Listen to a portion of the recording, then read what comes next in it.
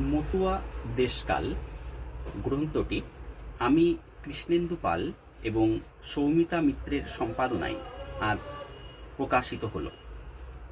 এই গ্রন্থটিতে 20 জন বিশিষ্ট লেখকের লেখা সন্নিবিষ্ট হয়েছে। মতুয়া দেশকাল গ্রন্থটি মতুয়া দর্শন এবং মতুয়া সমাজের বর্তমান সামাজিক অর্থনৈতিক অবস্থা পর্যালোচনা এবং তাদের ভৌগোলিক বিস্তার সম্পর্কে একটি সংকলন।